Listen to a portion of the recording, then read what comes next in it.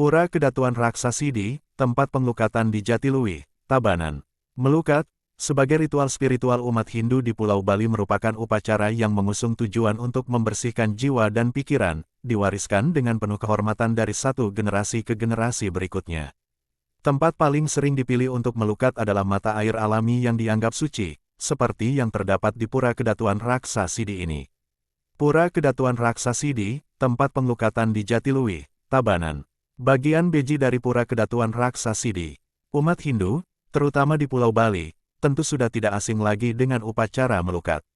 Melukat adalah sebuah ritual yang bertujuan untuk membersihkan jiwa dan pikiran manusia secara spiritual. Kata melukat berasal dari kata sulukat, yang terdiri dari su, yang berarti baik, dan lukat, yang berarti penyucian. Tradisi ini telah diwariskan turun-temurun di kalangan umat Hindu hingga saat ini, dengan tujuan menghilangkan pengaruh negatif atau klesa yang mungkin ada dalam diri manusia. Secara umum, melukat biasanya dilakukan di mata air alami yang dianggap suci oleh masyarakat sekitar. Sebagai contoh, tempat yang akan dibahas dalam artikel yaitu Pura Kedatuan Raksasidi. Pura Kedatuan Raksasidi terletak di Banjar Sokakawan, Desa Senganan, Kecamatan Penebel, Kabupaten Tabanan. Akses ke pura ini cukup mudah karena berdekatan dengan objek wisata Jatiluwih, yang dapat dicapai dalam waktu sekitar 1 jam dari kota Denpasar dan 35 menit dari kota Tabanan. Pura ini masih tergolong baru karena upacara ngentek linggihnya baru dilakukan pada tanggal 13 Februari tahun 2023.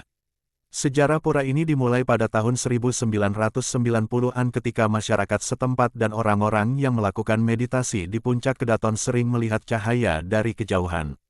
Setelah ditelusuri lebih lanjut, cahaya tersebut ditemukan berasal dari beji kedatuan. Oleh sebab itu, awalnya beji ini dikenal sebagai beji sinar. Seiring berjalannya waktu, semakin banyak pemedek yang datang untuk melakukan penglukatan. Hal tersebut dikarenakan sumber dari mata air yang ada di penglukatan ini diyakini berasal dari Gunung Sanghyang. Akhirnya, informasi tentang pura ini semakin tersebar luas, dan setelah melalui proses pemugaran yang cukup panjang, terbentuklah Pura Kedatuan Raksasidi yang dapat kita lihat saat ini. Secara umum, area pura ini dibagi menjadi dua bagian utama, yaitu bagian beji yang digunakan untuk penglukatan, dan bagian pura yang digunakan untuk kegiatan persembahyangan baik sebelum atau sesudah melaksanakan penglukatan.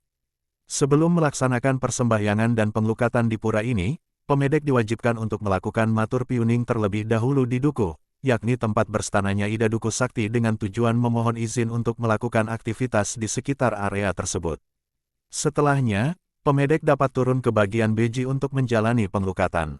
Menurut informasi yang disampaikan oleh Mangku Gede selaku Kepala Mangku di Pura Kedatuan Raksasidi, terdapat lebih dari 10 pancoran di beji kedatuan ini. Pancoran-pancoran yang perlu dilalui untuk menjalani penglukatan. Penglukatan leluhur, pada pancoran ini, para pemedek dapat memohon pengampunan dari leluhur sehingga disebut sebagai panglukatan tebas gering utawi kutukan. Penglukatan Ratu Biang Mas Melanting, pada pancoran ini, para pemedek dapat memohon kelancaran dalam pekerjaan dan juga rejeki. Penglukatan Sang Hyang Wisnu Suci, penglukatan ini merupakan penglukatan paling indah dari seluruh penglukatan beji kedatuan. Ini karena pada pancorannya patung Dewa Wisnu yang dikelilingi pahatan seni arsitektur naga berkepala 3, para pemedek dapat memohon perlindungan sehingga disebut sebagai panglukatan Sarwa Satru.